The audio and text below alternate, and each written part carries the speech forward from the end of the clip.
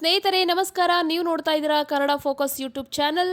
Big ಬಾಸ್ನಲ್ಲಿ ಕ್ಯಾಮ್ರಾವನ್ನ off ಮಾಡಿ ಅಂತ ಹೇಳಿದಂಥ ಪೂರ್ಣಿಮಾ ಅವರ ಮಾತಿಗೆ ಕೆಂಡಾಮಂಡಲವಾಗಿರ್ತಕ್ಕಂತಹ ಲಕ್ಷ್ಮಿ ನಿಜವಾಗ್ಲೂ ಅಗ್ನಿ ಪರೀಕ್ಷೆಯಲ್ಲಿ ನಡೆದಿದ್ದೇನು ಎಲ್ಲವನ್ನು ನಾವು ತಿಳ್ಕೊಳ್ಳೋಣ ಬನ್ನಿ. ಸ್ನೇಹಿತರೆ ನಮಸ್ಕಾರ. ನೀವು ನೋಡ್ತಾ ಇದ್ದೀರಾ ಕನ್ನಡ ಫೋಕಸ್ ಯೂಟ್ಯೂಬ್ ಚಾನಲ್.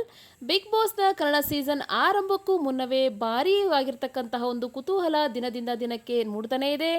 ಆದರೆ ಇಂದಿನ ಎಪಿಸೋಡ್ನಲ್ಲಿ ನಡೀತಕ್ಕಂತಹ ಒಂದು ಘಟನೆ ಈಗ ಎಲ್ಲರ ಗಮನವನ್ನು ತನ್ನತ್ತ ಸೆಳೆದುಕೊಳ್ತಾ ಇದೆ.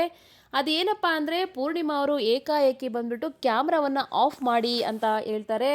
ಅದಾದ ನಂತರ ಅವರು ತುಂಬ ಭಾವುಕರಾಗಿ ಕಣ್ಣೀರನ್ನು ಇಡ್ತಾರೆ. ಇದರ ಹಿಂದೆ ಏನಪ್ಪ ಇದೆ ಅಂದರೆ ಇವತ್ತು ನಾನು ಎಲಿಮಿನೇಟ್ ಆಗ್ತೀನಿ ಅಂತ ಅವರಿಗೆ ಆಲ್ರೆಡಿ ಅನ್ನಿಸ್ತಾ ಇದೆ, ಅದಕ್ಕೋಸ್ಕರ ಕ್ಯಾಮ್ರಾವನ್ನು ಆಫ್ ಮಾಡಿ ಅಂತ ಅವರು ಡೈರೆಕ್ಟಾಗಿ ಹೇಳ್ತಾರೆ. ಹಾಗಾದರೆ ಇಲ್ಲಿ ನಿಜಕ್ಕೂ ಆಗಿದ್ದೇನು, ಕ್ಯಾಮ್ರಾ ಆಫ್ ಮಾಡಿ ಅಂತ ಹೇಳುವಂಥ ಪರಿಸ್ಥಿತಿ ಇಲ್ಲಿ ಪೂರ್ಣಿಮಾ ಅವರಿಗೆ ಯಾಕೆ ಬಂತು, ಎಲ್ಲವನ್ನು ಕೂಡ ಈ ಒಂದು ವಿಡಿಯೋದಲ್ಲಿ ಸಂಪೂರ್ಣವಾಗಿ ನಾವು ನೋಡೋಣ. ಸೊ ನಮಗೆಲ್ರಿಗೂ ಗೊತ್ತಿರುವ ಹಾಗೆ ಬಿಗ್ ಬಾಸ್ ಅಗ್ನಿ ಪರೀಕ್ಷೆಯಲ್ಲಿ ಇವಾಗ ಡೈಲಿ ನಮಗೆ ಟಾಸ್ಕನ್ನು ಕೊಡ್ತಾನೆ ಇರ್ತಾರೆ. ಅದರಲ್ಲೂ ಕೂಡ 4 ಟೀಮ್ಗಳನ್ನಾಗಿ ಮಾಡಿ 4 ಟೀಮ್ಗಳಿಗೂ ಕೂಡ ಡೈಲಿ ಟಾಸ್ಕ್ ಅಂತಕ್ಕಂಥದ್ದು ಇರುತ್ತೆ.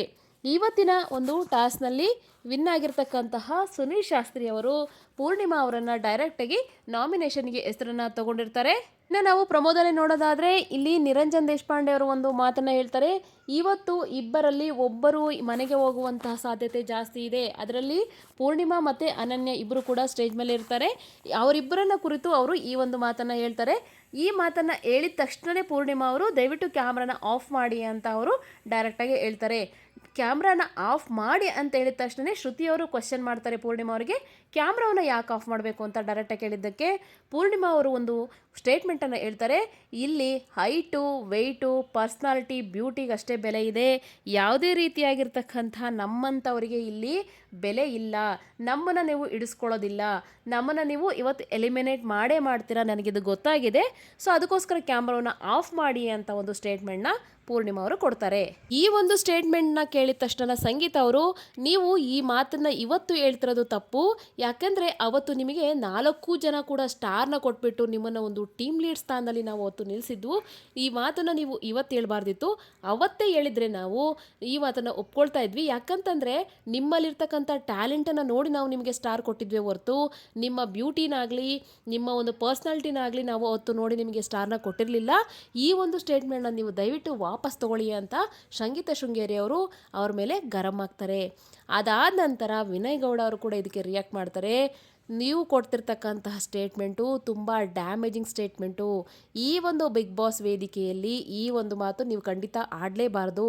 ಈ ಮಾತನ್ನು ವಾಪಸ್ ತಗೊಳ್ಳಿ ಅಂತ ವಿನಯ್ ಅವರು ಕೂಡ ಇಲ್ಲಿ ವಾರ್ನಿಂಗ್ ಕೊಡುವ ರೂಪದಲ್ಲಿ ಅವರು ಹೇಳ್ತಾರೆ. ಇಷ್ಟಕ್ಕೆ ನಿಲ್ಲಿಸಲಿಲ್ಲ ಇಲ್ಲಿ ಪೂರ್ಣಿಮಾ ಅವರು. ಇವರು ಲಕ್ಷ್ಮಿ ಬಗ್ಗೆ ಕೂಡ ಸ್ವಲ್ಪ ಅವರು ಇಂಡೈರೆಕ್ಟಾಗಿ ಅವ್ರ ಬಗ್ಗೆ ಟಾಂಗ್ ಕೊಡೋ ರೀತಿಯಲ್ಲಿ ಮಾತಾಡ್ತಾರೆ. ಅಂದರೆ ಸ್ವಲ್ಪ ಇಲ್ಲಿ ಜಡ್ಜಸ್ ಜೊತೆಯಲ್ಲಿ ಚೆನ್ನಾಗಿರೋರನ್ನ ಮಾತ್ರ ಇಲ್ಲಿ ಸೆಲೆಕ್ಟ್ ಮಾಡಿ ಮುಂದೆ ಕಳಿಸ್ತಾರೆ. ಆದರೆ ನಾವಿಲ್ಲಿ ಯಾರಿಗೂ ಜಡ್ಜಸ್ಗಳಿಗೆ ಬಕೆಟ್ ಹಿಡಿಯೋದಿಲ್ಲ. ಸೊ ಅದಕ್ಕೋಸ್ಕರ ಇಲ್ಲಿ ನಮ್ಮನ್ನು ಇಟ್ಕೊಳ್ಳೋದಿಲ್ಲ. ಮತ್ತು ಇಲ್ಲಿ ಬ್ಯೂಟಿಗಳು ಅಂತಕ್ಕಂಥದ್ದು ತುಂಬ ಇಂಪಾರ್ಟೆಂಟ್ ಆಗುತ್ತೆ. ಯಾರು ತುಂಬ ಚೆನ್ನಾಗಿ ಸುಂದರವಾಗಿ ನೋಡೋಕ್ಕಿರ್ತಾರೋ ಅವ್ರನ್ನ ಮಾತ್ರ ಇಲ್ಲಿ ಬಿಗ್ ಬಾಸ್ ಮನೆಗೆ ಸೆಲೆಕ್ಟ್ ಮಾಡ್ಕೊಳ್ತಾರೆ.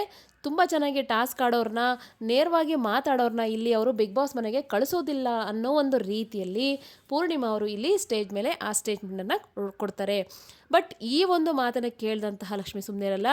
ನೀವು ಆಡಿರೋ ಮಾತುಗಳನ್ನ ಫಸ್ಟ್ ವಾಪಸ್ ತೊಗೊಳ್ಳಿ, ನಾನು ಸುಮ್ಮನೆ ಇರಲ್ಲ ನೋಡಿ ಅಂತ ಒಂದು ವಾರ್ನಿಂಗನ್ನು ಇಲ್ಲಿ ಲಕ್ಷ್ಮಿಯವರು ಕೂಡ ಪೂರ್ಣಿಮಾ ಅವರಿಗೆ ಹೇಳ್ತಾರೆ. ನಾವೇನು ಟಾಸ್ಕ್ ಮಾಡಿದ್ದೀವಿ, ಇಲ್ಲಿ ನಾವೇನು ಕಷ್ಟಪಟ್ಟಿದ್ದೀವಿ, ಅದು ಯಾವುದಕ್ಕೂ ನೀವು ಇಲ್ಲಿ ಬೆಲೆ ಕೊಡೋದಿಲ್ಲ. ಆದರೆ ನೀವು ಸೆಲೆಕ್ಟ್ ಮಾಡೋದು ನಿಮಗೆ ಯಾರು ಬೇಕಾಗಿರ್ತಾರೋ ಅವರನ್ನಷ್ಟೇ ಸೆಲೆಕ್ಟ್ ಮಾಡ್ಕೊಳ್ತೀರಾ. ಇಲ್ಲಿ ಯಾವುದೇ ರೀತಿಯ ಟಾಸ್ಕ್ ಆಡೋರಿಗೆ ಇಲ್ಲಿ ಬೆಲೆ ಇಲ್ಲ ಅಂತ ಅವರು ತುಂಬ ಜೋರಾಗಿ ಅಳಕ್ಕೆ ಸ್ಟಾರ್ಟ್ ಮಾಡಿಬಿಡ್ತಾರೆ. ಸೊ ಅವರು ತುಂಬ ಎಮೋಷ್ನಲ್ ಆಗ್ತಾರೆ.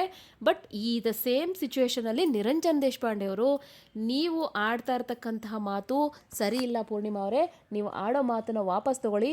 ನಿಮಗೆ ಈ ಒಂದು ಬಿಗ್ ಬಾಸ್ ಮೇಲೆ ನಿಮಗೆ ನಂಬಿಕೆ ಇಲ್ಲ, ನಿಮಗೆ ಈ ಶೋ ಮೇಲೆ ನಂಬಿಕೆ ಇಲ್ಲ ಅಂತ ಅಂದರೆ ದಯವಿಟ್ಟು ಈ ಸ್ಟೇಜಿಂದ ಗೆಟ್ ಔಟ್ ಅಂತ ಒಂದೇ ಒಂದು ಮಾತಲ್ಲಿ ಇವರು ಹೇಳ್ತಾರೆ. ಬಟ್ ಇಲ್ಲಿ ನಿಜ ಏನಪ್ಪ ಅಂತಂದರೆ ಪೂರ್ಣಿಮಾ ಅವರು ತಮ್ಮನ್ನು ನಾವು ದ ಡೇ ಒನ್ನಿಂದ ಅವರು ಅವ್ರನ್ನ ಪ್ರೂವ್ ಮಾಡ್ಕೊಂಡು ಬರ್ತಾನೆ ಇದ್ದಾರೆ. ಬಟ್ ಇಲ್ಲಿ ಅವ್ರ ಟೀಮಲ್ಲೂ ಕೂಡ ಒಂದು ಕೋಆರ್ಡಿನೇಷನ್ ಅಂತಕ್ಕಂಥದ್ದು ಫಸ್ಟಿಂದಲೂ ಕೂಡ ಇಲ್ಲ. ಇಲ್ಲಿ ದೀಕ್ಷಿತ್ ಆಗಿರ್ಬೋದು, ಆಮೇಲೆ ಮಾಡ್ರನ್ ಕವಿ ಮಂಜು ಆಗಿರ್ಬೋದು, ಇವ್ರು ಯಾರು ಕೂಡ ಅವರಿಗೆ ಸಪೋರ್ಟ್ ಮಾಡ್ತಾನೆ ಇಲ್ಲ. ಫಸ್ಟಿಂದಲೂ ಕೂಡ ಅವರು ಒಬ್ಬರೇ ಆಡ್ಕೊಂಡು ಬರ್ತಾ ಇದ್ದಾರೆ.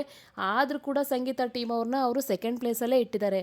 ಬಟ್ ಇಲ್ಲಿ ಏನಪ್ಪ ಅಂತಂದರೆ ಕೊನೆಗೆ ಇಲ್ಲಿ ಸುನಿಲ್ ಶಾಸ್ತ್ರಿ ಅವ್ರು ಗೆದ್ದುಬಿಟ್ಟು ಏನು ಮಾಡ್ತಾರೆ, ಡೈರೆಕ್ಟಾಗಿ ಇಲ್ಲಿ ಪೂರ್ಣಿಮಾ ಅವ್ರನ್ನ ತಗೊಂಬಂದು ನಾಮಿನೇಷನ್ ಪ್ಲೇಸಲ್ಲಿ ನಿಲ್ಲಿಸಿದ್ದಾರೆ.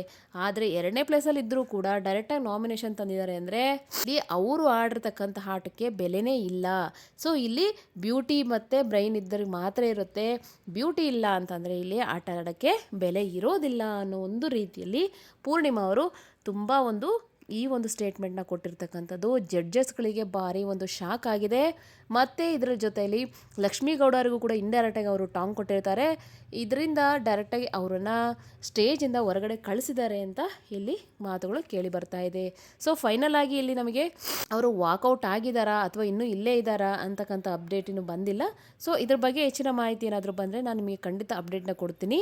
ಸೊ ಇಲ್ಲಿ ಪೂರ್ಣಿಮಾ ಅವರು ಮಾಡಿರ್ತಕ್ಕಂಥದ್ದು ನಿಜನಾ ಅಥವಾ ಪೂರ್ಣಿಮಾ ಮಾಡಿರ್ತಕ್ಕಂಥದ್ದು ಕರೆಕ್ಟ್ ಆಗಿದೆಯಾ ಅಂತ ನೀವು ಕಮೆಂಟ್ ಬಾಕ್ಸಲ್ಲಿ ನಮಗೆ ತಿಳಿಸಿ ಅಂತ ಹೇಳ್ತಾ ನಾನು ಈ ವಿಡಿಯೋನ ಇಲ್ಲಿಗೆ ಎಂಡ್ ಮಾಡ್ತಾ ಇದ್ದೀನಿ. ಯಾವುದೇ ರೀತಿಯಾಗಿರ್ತಕ್ಕಂತಹ ಬಿಗ್ ಬಾಸ್ನ ಹೊಸ ಅಪ್ಡೇಟ್ಗಾಗಿ ನಮ್ಮ ಚಾನಲ್ನ ಸಬ್ಸ್ಕ್ರೈಬ್ ಮಾಡಿ ಅಂತ ಕೇಳ್ಕೊಳ್ತಾ ಇದ್ದೀನಿ. Thank you for watching.